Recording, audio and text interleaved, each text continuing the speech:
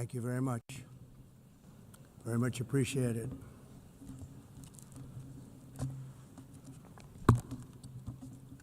And I don't mind making this speech without a teleprompter, because the teleprompter is not working. I feel very happy to be up here with you nevertheless, and that way you speak more from the heart. I can only say that whoever's operating this teleprompter is in big trouble.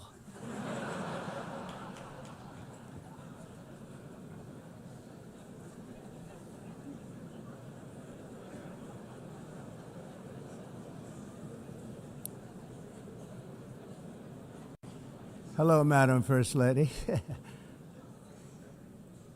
Thank you very much for being here. And Madam President, Mr. Secretary General, First Lady of the United States, distinguished delegates, ambassadors, and world leaders. 6 years have passed since I last stood in this grand hall and addressed a world that was prosperous and at peace in my first term. Since that day, the guns of war have shattered the peace I forged on 2 continents. An era of calm and stability gave way to one of the great crises of our time. And here in the United States, 4 years of weakness, lawlessness, and radicalism under the last administration delivered our nation into a repeated set of disasters. 1 year ago, our country was in deep trouble, but today, just 8 months into my administration, we are the hottest country anywhere in the world, and there is no other country even close. America is blessed with the strongest economy, the strongest borders, the strongest military, the strongest friendships, and the strongest spirit of any nation on the face of the earth. This is indeed the golden age of America. We are rapidly reversing the economic calamity we inherited from the previous administration, including ruinous price increases and record-setting inflation like we've never had before. Under my leadership, energy costs are down, gasoline prices are down, grocery prices are down, mortgage rates are down, and inflation has been defeated. The only thing that's up is the stock market, which just hit a record high. In fact, it hit a record high 48 times in the last short period of time. Growth is surging, manufacturing is booming. The stock market, as I said, is doing better than it's ever done, and all of you in this room benefit by that. Almost everybody. And importantly, workers' wages are rising at the fastest pace in more than 60 years. And that's what it's all about, isn't it? In 4 years of President Biden, we had less than $1 trillion of new investment into the United States. In just 8 months since I took office, we have secured commitments and money already paid for $17 trillion. Think of it, 4 years, less than $1 trillion, 8 months, much more than $17 trillion is being invested in the United States, and it's now pouring in from all parts of the world. We've implemented the largest tax cuts in American history and the largest regulation cuts in American history, making this once and again the best country on earth to do business. And many of the people in this room are investing in America, and it's turned out to be an awfully good investment during this 8-month period. In my first term, I built the greatest economy in the history of the world. We had the best economy ever, history of the world. And I'm doing the same thing again, but this time it's actually much bigger and even better. The numbers far surpass my record-setting first term. On our southern border, we have successfully repelled a colossal invasion, and for the last 4 months, and that's 4 months in a row, the number of illegal aliens admitted and entering our country has been 0. Hard to believe. because if you look back just a year ago, it was millions and millions of people pouring in from all over the world, from prisons, from mental institutions, drug dealers. All over the world they came. They just poured into our country with the ridiculous open border policy of the Biden administration. Our message is very simple. If you come illegally into the United States, you're going to jail, or you're going back to where you came from, or perhaps even further than that. You know what that means. I want to thank the country of El Salvador for the successful and professional job they've done in receiving and jailing so many criminals that entered our country. And it was under the previous administration that the number became record-setting, and they're all being taken out. We have no choice. And other countries have no choice, because other countries are in the exact same situation with immigration. It's destroying your country, and you have to do something about it. On the world stage, America is respected again like it has never been respected before. You think about 2 years ago, 3 years ago, 4 years ago, or 1 year ago, we were a laughingstock all over the world. At the NATO summit in June, virtually all NATO members formally committed to increase defense spending, at my request, from 2% to 5% of GDP, making our alliance far stronger and more powerful than it was ever before.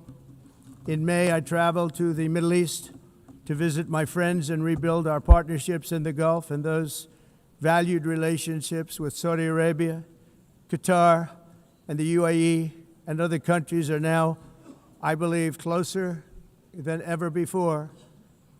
My administration has negotiated one historic trade deal after another, including with the United Kingdom, the European Union, Japan, South Korea, Vietnam, Indonesia, the Philippines, Malaysia, and many, many others.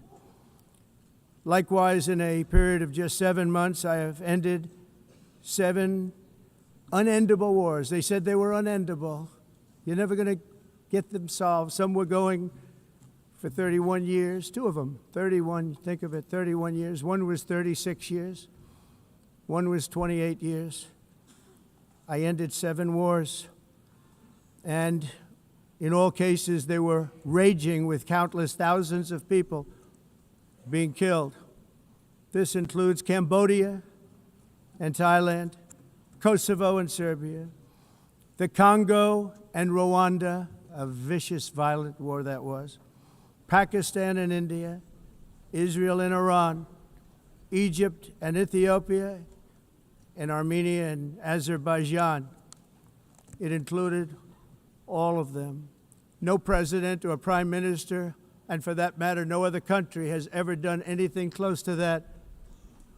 And I did it in just 7 months. It's never happened before. There's never been anything like that. I'm very honored to have done it. It's too bad that I had to do these things instead of the United Nations doing them. And sadly, in all cases, the United Nations did not even try to help in any of them. I ended 7 wars, dealt with the leaders of each and every one of these countries, and never even received a phone call from the United Nations offering to help in finalizing the deal. All I got from the United Nations was an escalator that on the way up stopped right in the middle. If the First Lady wasn't in great shape, she would have fallen, but she's in great shape. We're both in good shape. We both stood. And then a teleprompter that didn't work. These are the 2 things I got from the United Nations, a bad escalator and a bad teleprompter. Thank you very much. And by the way, it's working now. It just went on. Thank you. I think I should just do it the other way. It's easier. Thank you very much. I didn't think of it at the time because I was too busy working to save millions of lives. That is the saving and stopping of these wars. But later I realized that the United Nations wasn't there for us. They weren't there. I thought of it really after the fact, not during these negotiations, which were not easy. That being the case, what is the purpose of the United Nations? The UN has such tremendous potential. I've always said it. It has such tremendous, tremendous potential, but it's not even coming close to living up to that potential.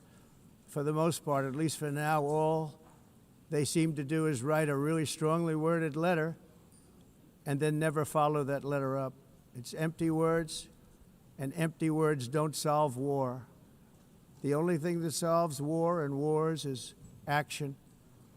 Now, after ending all of these wars and also earlier negotiating the Abraham Accords, which is a very big thing for which our country received no credit, never receives credit. Everyone says that I should get the Nobel Peace Prize for each one of these achievements. But for me, the real prize will be the sons and daughters who live to grow up with the mothers and fathers, because millions of people are no longer being killed in endless and unglorious wars. What I care about is not winning prizes, it's saving lives. We saved millions and millions of lives with the 7 wars. And we have others that we're working on, and you know that. Many years ago, a very successful real estate developer in New York, known as Donald J. Trump, I bid on the renovation and rebuilding of this very United Nations complex. I remember it so well. I said at the time that I would do it for $500 million, rebuilding everything. It would be beautiful. I used to talk about, I'm going to give you marble floors. They're going to give you terrazzo. I'm going to give you the best of everything. You're going to have mahogany walls. They're going to give you plastic. But they decided to go in another direction, which was much more expensive at the time, and which actually produced a far inferior product. And I realized that they did not know what they were doing when it came to construction, and that their building concepts were so wrong, and the product that they were proposing to build was so bad and so costly. It was going to cost them a fortune. And I said, and wait till you see the overruns. Well, I turned out to be right. They had massive cost overruns and spent between $2 and $4 billion on the building and did not even get the marble floors that I promised them. You walk on terrazzo. Do you notice that? As far as I'm concerned, frankly, looking at the building and getting stuck on the escalator, they still haven't finished the job. They still haven't finished. That was years ago. The project was so corrupt that Congress actually asked me to testify before them on the tremendous waste of money, because it turned out that they had no idea what it was, but they knew it was anywhere between $2 and $4 billion as opposed to $500 million with a guarantee. But they had no idea, and I said it cost much more than $5 billion. Unfortunately, many things in the United Nations are happening just like that, but on an even much bigger scale, much, much bigger. Very sad to see. Whether the UN can manage to play a productive role, I've come here today to offer the hand of American leadership and friendship to any nation in this assembly that is willing to join us in forging a safer, more prosperous world. And it's a world that we'll be much happier with. A dramatically better future is within our reach. But to get there, we must reject the failed approaches of the past and work together to confront some of the greatest threats in history. There is no more serious danger to our planet today than the most powerful and destructive weapons ever devised by man, of which the United States, as you know, has many. Just as I did in my first term, I've made containing these threats a top priority, starting with the nation of Iran. My position is very simple. The world's #1 sponsor of terror can never be allowed to possess the most dangerous weapon. That's why shortly after taking office, I sent the so-called Supreme Leader a letter making a generous offer.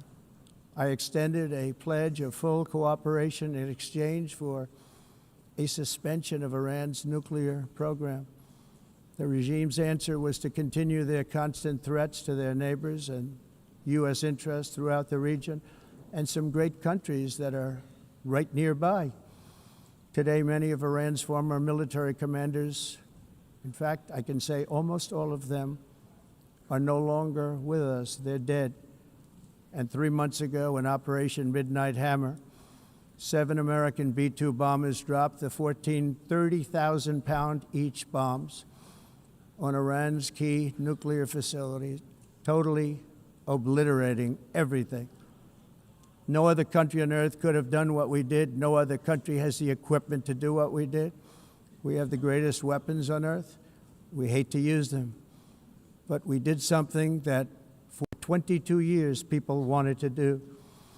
With Iran's nuclear enrichment capacity demolished, I immediately brokered an end to the 12-day war, as it's called, between Israel and Iran, with both sides agreeing to fight no longer.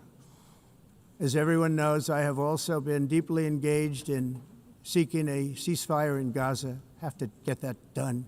Have to get it done. Unfortunately, Hamas has repeatedly rejected reasonable offers to make peace. We can't forget October 7th, can we? Now, as if to encourage continued conflict, some of this body is seeking to unilaterally recognize a Palestinian state. The rewards would be too great for Hamas terrorists for their atrocities. This would be a reward for these horrible atrocities, including October 7th, even while they refuse to release the hostages or accept a ceasefire. Instead of giving to Hamas and giving so much, because they've taken so much, they have taken so much. This could have been solved so long ago. But instead of giving in to Hamas's ransom demands, those who want peace should be united with one message: release the hostages now. Just release the hostages now. Thank you.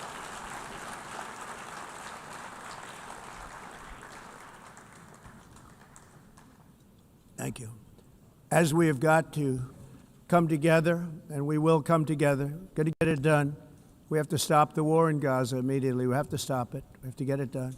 We have to negotiate, immediately have to negotiate peace. We got to get the hostages back. We want all 20 back. We don't want 2 and 4. As you know, I got, along with Steve Witkoff and others that helped us, Marco Rubio, we got most of them back. We were involved in all of them. But I always said the last 20 are going to be the hardest, and that's exactly what happened. We have to get them back now. We don't want to get back 2, and then another 2, and then 1, and then 3, have this process. No, we want them all back, and we want the actually 38 dead bodies back too. Those parents came to me, and they want them back, and they want them back very quickly and very badly, as though they were alive. They want them. They want them every bit as much as if their son or daughter were alive. I've also been working relentlessly, stopping the killing in Ukraine. I thought that would be, of the 7 wars that I stopped, I thought that would be the easiest because of my relationship with President Putin, which had always been a good one. I thought that was going to be the easiest one. But you know, in war, you never know what's going to happen. There are always lots of surprises, both good and bad. Everyone thought Russia would win this war in 3 days. But it didn't work out that way. It was supposed to be just a quick little skirmish. It's not making Russia look good. It's making them look bad. No matter what happens from here on out, this was something that should have taken a matter of days, certainly less than a week. And they've been fighting for 3.5 years and killing anywhere from 5,000 to 7,000 young soldiers, mostly soldiers, on both sides, every single week, from 5,000 to 7,000 dead young people, and some in cities, much smaller numbers, where rockets are shot, where drones are dropped. This war would never have started if I were president. This was a war that should have never happened. It shows you what leadership is, what bad leadership can do to a country. Look what happened to the United States, and look where we are right now in just a short period of time. The only question now is how many more lives will be needlessly lost on both sides. China and India are the primary funders of the ongoing war by continuing to purchase Russian oil. But inexcusably, even NATO countries have not cut off much Russian energy and Russian energy products, which, as you know, I found out about 2 weeks ago, and I wasn't happy. Think of it. They're funding the war against themselves. Who the hell ever heard of that one? In the event that Russia is not ready to make a deal to end the war, then the United States is fully prepared to impose a very strong round of powerful tariffs, which would stop the bloodshed, I believe, very quickly. But for those tariffs to be effective, European nations, all of you are gathered here right now, would have to join us in adopting the exact same measures. I mean, you're much closer to this. We have an ocean in between. You're right there. And Europe has to step it up. They can't be doing what they're doing. They're buying oil and gas from Russia while they're fighting Russia. It's embarrassing to them, and it was very embarrassing to them when I found out about it, I can tell you that. They have to immediately cease all energy purchases from Russia. Otherwise, we're all wasting a lot of time. So I'm ready to discuss this. We're going to discuss it today with the European nations, all gathered here. I'm sure they're thrilled to hear me speak about it, but that's the way it is. I like to speak my mind and speak the truth. As we seek to reduce the threat of dangerous weapons today, I'm also calling on every nation to join us in ending the development of biological weapons once and for all. And biological is terrible, and nuclear is even beyond, and we include nuclear in that. We want to have a cessation of the development of nuclear weapons. We know, and I get to view it all the time. Sir, would you like to see? And I look at weapons that are so powerful that we just can't ever use them. If we ever use them, the world literally might come to an end. There would be no United Nations to be talking about. There would be no nothing. Just a few years ago, reckless experiments overseas gave us a devastating global pandemic. Yet despite that worldwide catastrophe, many countries are continuing extremely risky research into bioweapons and man-made pathogens. This is unbelievably dangerous. To prevent potential disasters, I'm announcing today that my administration will lead an international effort to enforce biological weapons convention, which is going to be meeting with the top leaders of the world by pioneering an AI verification system that everyone can trust. Hopefully the UN can play a constructive role, and it will also be one of the early projects under AI. Let's see how good it is, because a lot of people are saying it could be one of the great things ever, but it also can be dangerous, but it can be put to tremendous use and tremendous good, and this would be an example of that.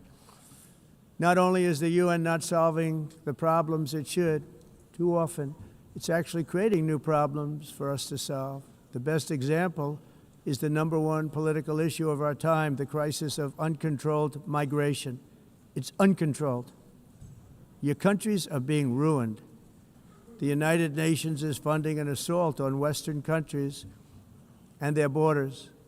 In 2024, the UN budgeted $372 million in cash assistance to support an estimated 624,000 migrants journeying into the United States. Think of that. The UN is supporting people that are illegally coming into the United States, and then we have to get them out. The UN also provided food, shelter, transportation, and debit cards to illegal aliens. Can you believe that? On the way to infiltrate our southern border. Millions of people came through that southern border. Just a year ago, millions and millions of people were pouring in, 25 million altogether over the 4 years of the incompetent Biden administration.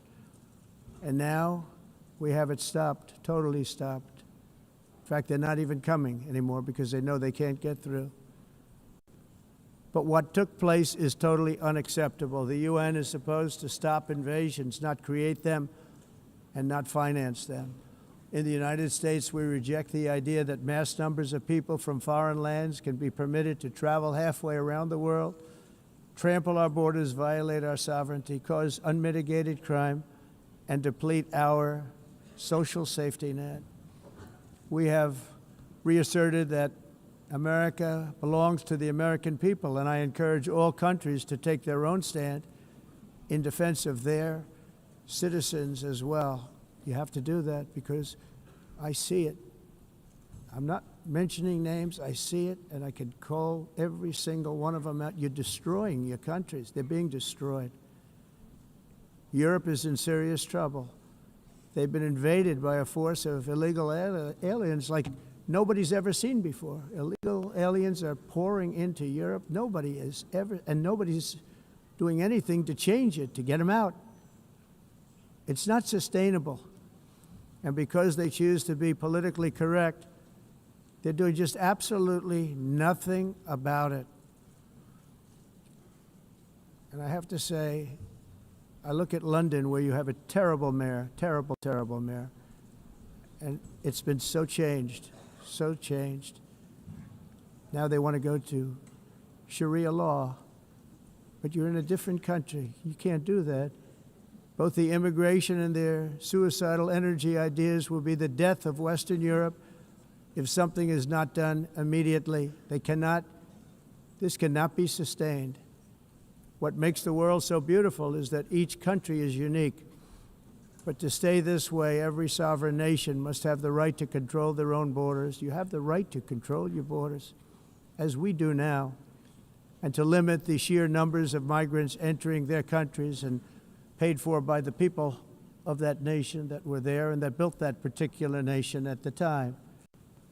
They put their blood, sweat, tears, money into that country, and now they're being ruined. Proud nations must be allowed to protect their communities and prevent their societies from being overwhelmed by people they have never seen before, with different customs, religions, with different everything. Where migrants have violated laws, lodged false asylum claims, or claimed refugee status for illegitimate reasons, they should, in many cases, be immediately sent home. And while we will always have a big heart for places and people that are struggling and truly compassionate, answers will be given. We have to solve the problem, and we have to solve it in their countries, not create new problems in our countries. And we are very helpful to a lot of countries that are just not able to send their people anymore. They used to send them to us in caravans of 25,000, 30,000 people each. These massive caravans of people pouring into our country, totally unchecked and unvetted. But not anymore. According to the Council of Europe in 2024, almost 50% of inmates in German prisons were foreign nationals or migrants. In Austria, the number was 53% of the people in prisons were from places that weren't from where they are now. In Greece, the number was 54%, and in Switzerland, beautiful Switzerland, 72% of the people in prisons are from outside of Switzerland. When your prisons are filled with so-called asylum seekers who repaid kindness, and that's what they did, they repaid kindness with crime. It's time to end the failed experiment of open borders. You have to end it now. See, I can tell you. I'm really good at this stuff. Your countries are going to hell. In America, we've taken bold action to swiftly shut down uncontrolled migration.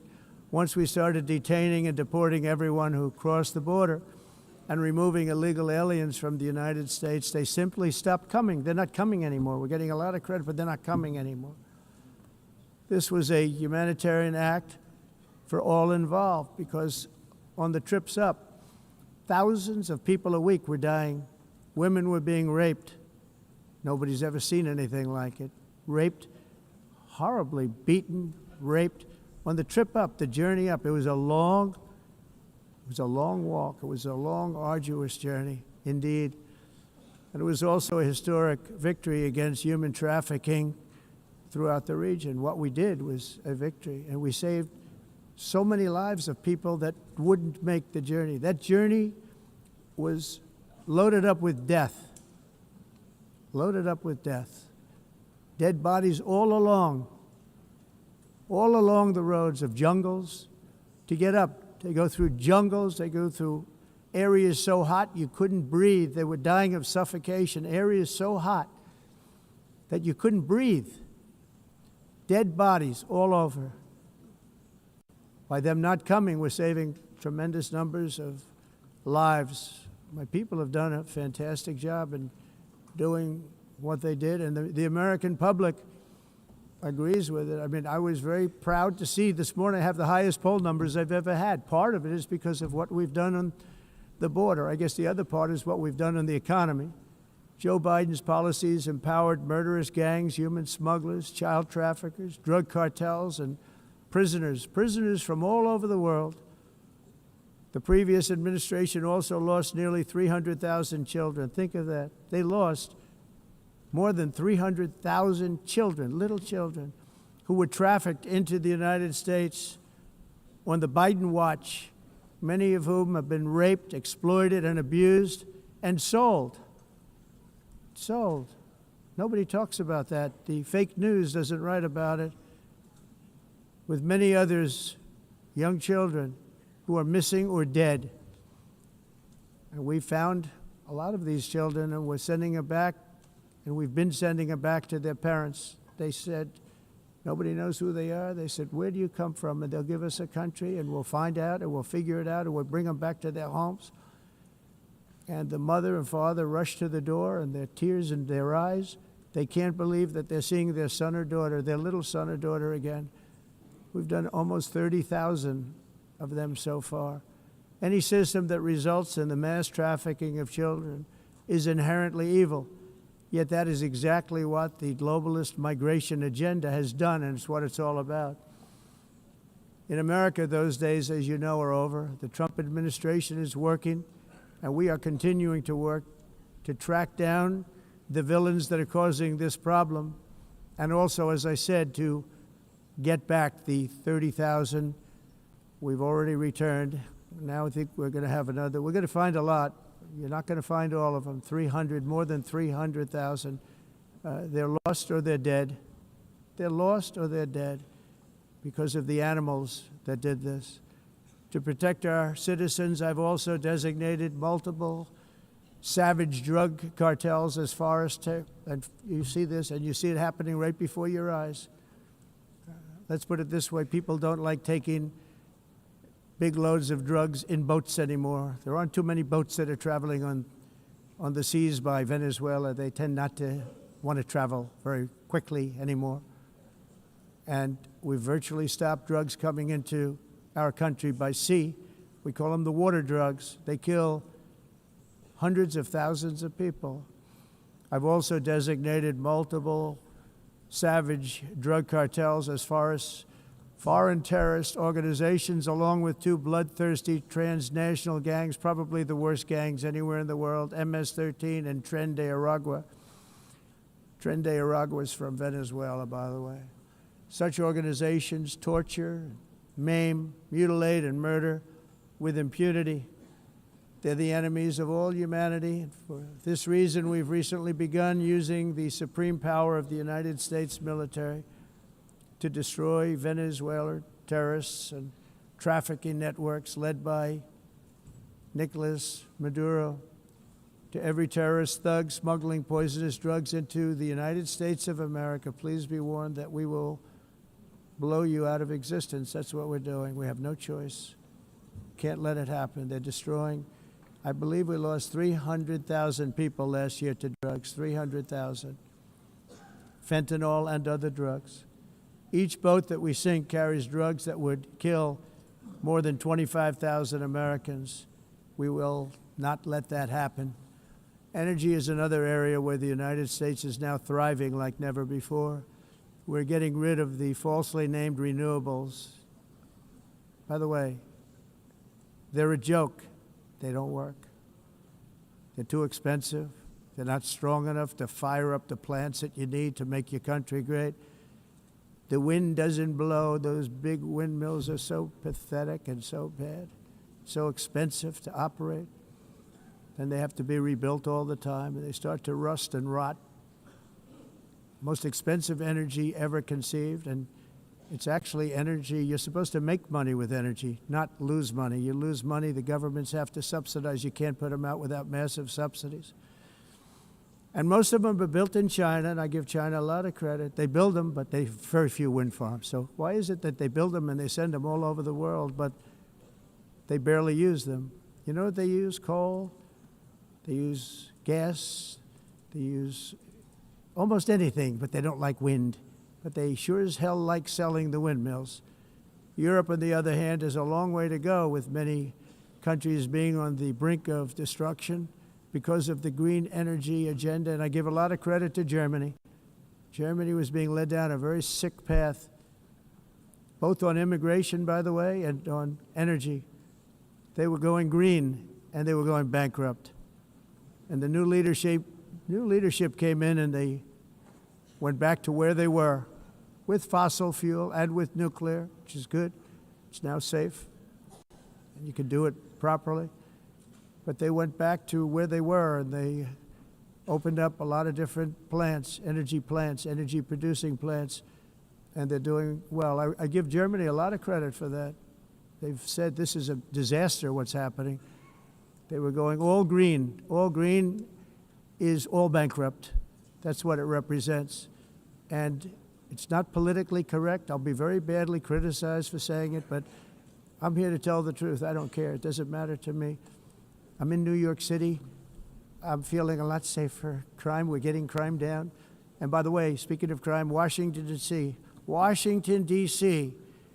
was the crime capital of America. Now it's a totally, after 12 days, it's a totally safe city. Everyone's going out to dinner. They're going out to restaurants. Your wife can walk down the middle of the street with or without you. Nothing's going to happen. My people have done a fantastic job. And yes, I called in the National Guard, and the National Guard took care of business. And they weren't politically correct, but they took care of business. We got 1,700 career criminals out, brought them back to where they came from, the countries where they came from, or put them in jails. Washington, D.C. is now a totally safe city again, and I welcome you to come. In fact, we'll have dinner together at a local restaurant, and we'll be able to walk. We don't have to go by an armor-plated vehicle. We'll walk right over there from the White House. They've given up their powerful edge, a lot of the countries that we're talking about, in oil and gas, such as essentially closing the great North Sea oil. Oh, the North Sea, I know it so well. Aberdeen was the oil capital of Europe, and there's tremendous oil that hasn't been found in the North Sea, tremendous oil. And I was with the Prime Minister I respect and like a lot, and I said, you're sitting with the greatest asset. They essentially closed it by making it so highly taxed that no developer, no oil company can go there. They have tremendous oil left, and more importantly, they have tremendous oil that hasn't even been found yet. And what a tremendous asset for the United Kingdom. And I hope the Prime Minister is listening, because I told it to him 3 days in a row. That's all he heard. North Sea oil, North Sea, because I want to see them do well. I want to stop seeing them ruining that beautiful Scottish and English countryside with windmills and massive solar panels that go 7 miles by 7 miles, taking away farmland. But we're not letting this happen in America. In 1982, the executive director of the United Nations Environmental Program predicted that by the year 2000, climate change would cause a global catastrophe. He said that it will be irreversible, as any nuclear holocaust would be. This is what they said at the United Nations. What happened? Here we are. Another UN official stated in 1989 that within a decade, entire nations could be wiped off the map by global warming. Not happening. You know, it used to be global cooling. If you look back years ago in the 1920s and the 1930s, they said, global cooling will kill the world. We have to do something. Then they said global warming will kill the world, but then it started getting cooler, so now they could just call it climate change, because that way they can't miss. It's climate change, because if it goes higher or lower, whatever the hell happens, there's climate change. It's the greatest con job ever perpetrated on the world, in my opinion. Climate change, no matter what happens, you're involved in that. No more global warming, no more global cooling. All of these predictions made by the United Nations and many others, often for bad reasons, were wrong. They were made by stupid people that have cost their countries fortunes and given those same countries no chance for success. If you don't get away from this green scam, your country is going to fail. And I'm really good at predicting things, you know. They actually said during the campaign they had a hat, the best-selling hat. Trump was right about everything. And I don't say that in a braggadocious way, but it's true. I've been right about everything. And I'm telling you that if you don't get away from the green energy scam, your country is going to fail. And if you don't stop people that you've never seen before, that you have nothing in common with, your country is going to fail. I'm the President of the United States, but I worry about Europe. I love Europe. I love the people of Europe. And I hate to see it being devastated by energy and immigration. This double-tailed monster destroys everything in its wake, and they cannot let that happen any longer. You're doing it because you want to be nice. You want to be politically correct, and you're destroying your heritage. They must take control strongly and immediately of the unmitigated immigration disaster and the fake energy catastrophe before it's too late. The carbon footprint is a hoax made up by people with evil intentions, and they're heading down a path of total destruction. You know, the carbon footprint was a big, big thing a few years ago. I remember hearing about the carbon footprint, and then President Obama would get into Air Force One, a massive Boeing 747, and not a new one, an old one with old engines that spew everything into the atmosphere. He'd talk about the carbon footprint, we must do so. Then he'd get in and he'd fly from Washington to Hawaii to play a round of golf. And then he'd get back onto that big, beautiful plane and he'd fly back and he'd talk about, again, global warming and the carbon footprint. It's a con job. At extreme cost and expense, Europe reduced its own carbon footprint by 37%. Think of that. Congratulations, Europe. Great job. You cost yourself a lot of jobs, a lot of factories closed, but you reduced the carbon footprint by 37%. However, for all of that sacrifice and much more, it's been totally wiped out and then some by a global increase of 54%. Much of it coming from China and other countries that are thriving around China, which now produces more CO2 than all the other developed nations in the world. So all of these countries are working so hard on the carbon footprint, which is nonsense, by the way. It's nonsense. You know, it's interesting. In the United States, we have still radicalized environmentalists, and they want the factories to stop. Everything should stop. No more cows. We don't want cows anymore. I guess they want to kill all the cows. They want to do things that are just unbelievable, and you have it too. But you know, we have a border, strong, and we have a shape, and that shape doesn't just go straight up. That shape is amorphous when it comes to the atmosphere. And if we had the most clean air, and I think we do, we have very clean air. We have the cleanest air we've had in many, many years. But the problem is that other countries, like China, which has air that's a little bit rough, it blows. And no matter what you're doing down here, the air up here tends to get very dirty because it comes in from other countries where their air isn't so clean.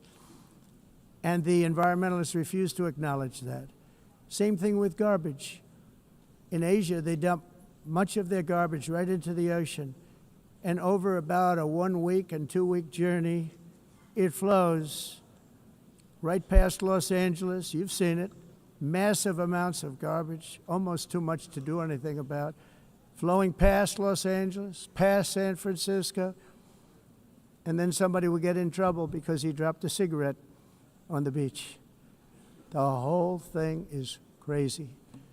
The primary effect of these brutal green energy policies has not been to help the environment, but to redistribute manufacturing and industrial activity from developed countries that follow the insane rules that are put down to polluting countries that break the rules and are making a fortune. They're making a fortune.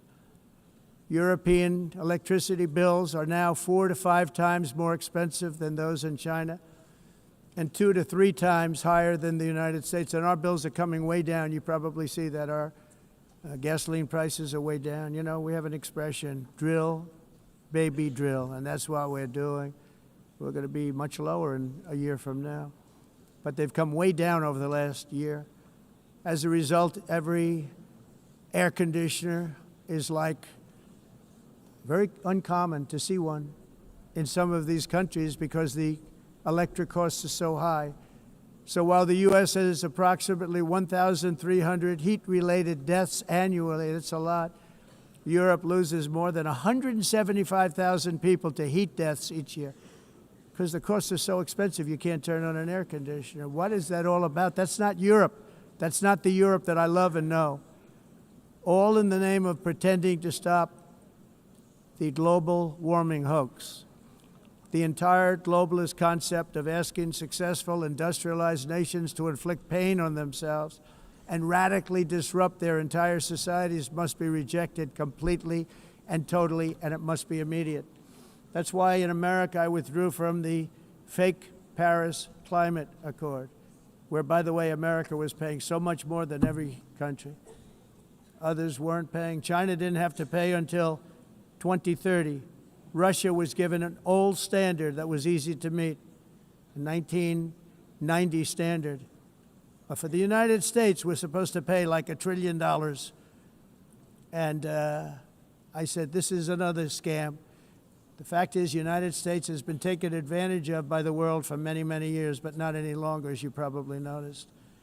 I unleashed massive energy production and signed historic executive orders to hunt for oil, but we don't have to do much hunting because we have the most oil of any nation anywhere, oil and gas in the world. And if you add coal, we have the most of any nation in the world. Clean, I call it clean, beautiful coal. You can do things today with coal that you couldn't have done 10 years ago, 15 years. So I have a little standing order in the White House. Never use the word coal, only use the words clean, beautiful coal. Sounds much better, doesn't it? But we stand ready to provide any country with abundant, affordable energy supplies if you need them, when most of you do. We're proudly exporting energy all over the world. We're now the largest exporter. In the United States, we want trade and robust commerce with all nations, everybody. We want to help nations. We're going to help nations. But it must also be fair and reciprocal. The challenge with trade is much the same with climate. The countries that followed the rules, all their factories have been plundered. It's really sad to watch. They've been broken. They've been broken by countries that broke the rules. That's why the United States is now applying tariffs to other countries, and much as these tariffs were for many years applied to us, uncontrollably applied to us. We've used tariffs as a defense mechanism under the Trump administration, including my first term, where hundreds of billions of dollars in tariffs were taken in. And by the way, we had the lowest inflation, and now we have very low inflation. The only thing different is that we have hundreds of billions of dollars flowing into our country. But this is how we will ensure that the system works for everyone and is sustainable into the future. We're also using tariffs to defend our sovereignty and security throughout the world, including against nations that have taken advantage of former U.S. administrations for decades, including the most corrupt, incompetent administration in history, the sleepy Joe Biden administration. Brazil now faces major tariffs in response to its unprecedented efforts to interfere in the rights and freedoms of our American citizens and others, with censorship, repression, weaponization, judicial corruption, and targeting of political critics in the United States.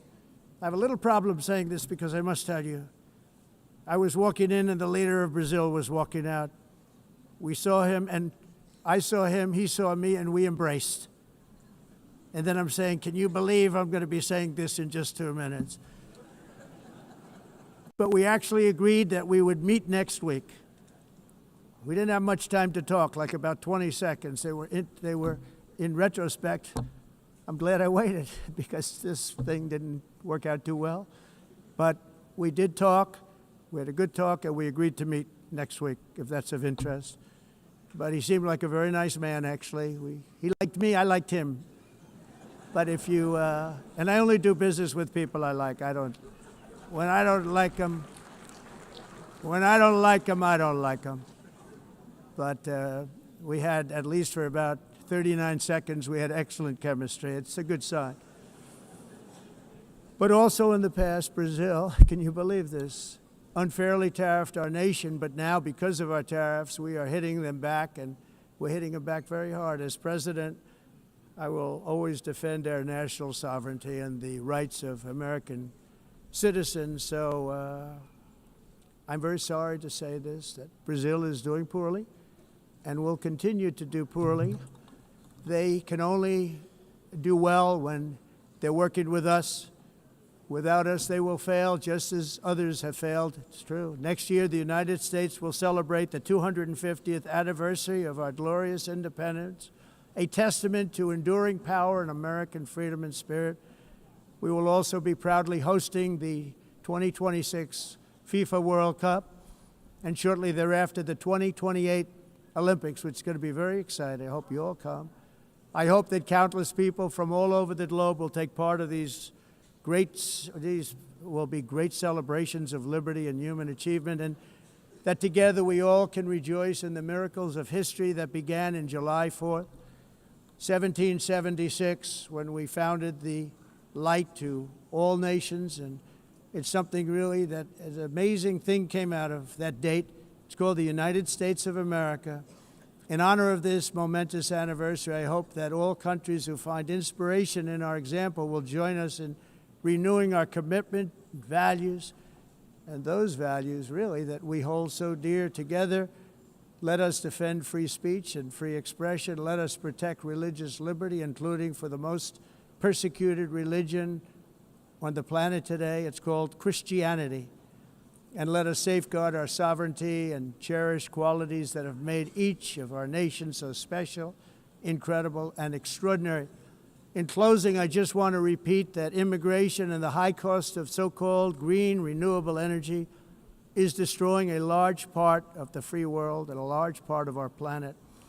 Countries that cherish freedom are fading fast because of their policies on these two subjects.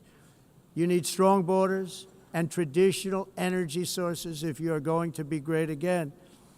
Whether you have come from north or south, east or west, near or far, every leader in this beautiful hall today represents a rich culture, a noble history, and a proud heritage that makes each nation majestic and unique, unlike anything else in human history or any other place on the face of the earth.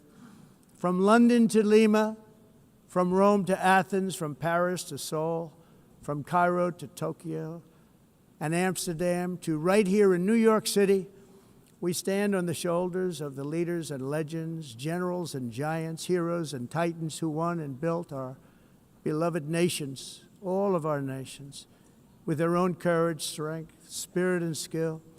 Our ancestors climbed mountains, conquered oceans, crossed deserts, and trekked over wide open plains. They charged into thunderous battles, plunged into grave dangers, and they were soldiers and farmers and workers and warriors and explorers and patriots. They built towns into cities, tribes into kingdoms, ideas into industries, and small islands into mighty empires. You're a part of all of that. They were champions for their people who never gave up and who never, ever gave in. Their values defined our national identities. Their visions forged our magnificent destiny. Everybody in this room is a part of it in your own way. Each of us inherits the deeds and the myths the triumphs, the legacies of our own heroes and founders who so bravely showed us the way. Our ancestors gave everything for homelands that they defended with pride, with sweat, with blood, with life, and with death. Now the righteous task of protecting the nations that they built belongs to each and every one of us. So together let us uphold our sacred duty to our people and to our citizens. Let us protect their borders, ensure their safety, preserve their cultures, treasure, and traditions, and fight, fight, fight for their precious dreams and their cherished freedoms. And in friendship and really a beautiful vision, let us all work together to build a bright, beautiful planet, a planet that we all share, a planet of peace and a world that is richer, better, and more beautiful than ever before. That can happen. It will happen. It will happen, and I hope it can happen and start right now, right at this moment. We'll turn it around. We're going to make our countries better, safer, more beautiful. We're going to take care of our people. Thank you very much. It's been an honor. God bless the nations of the world. Thank you very much. Bye.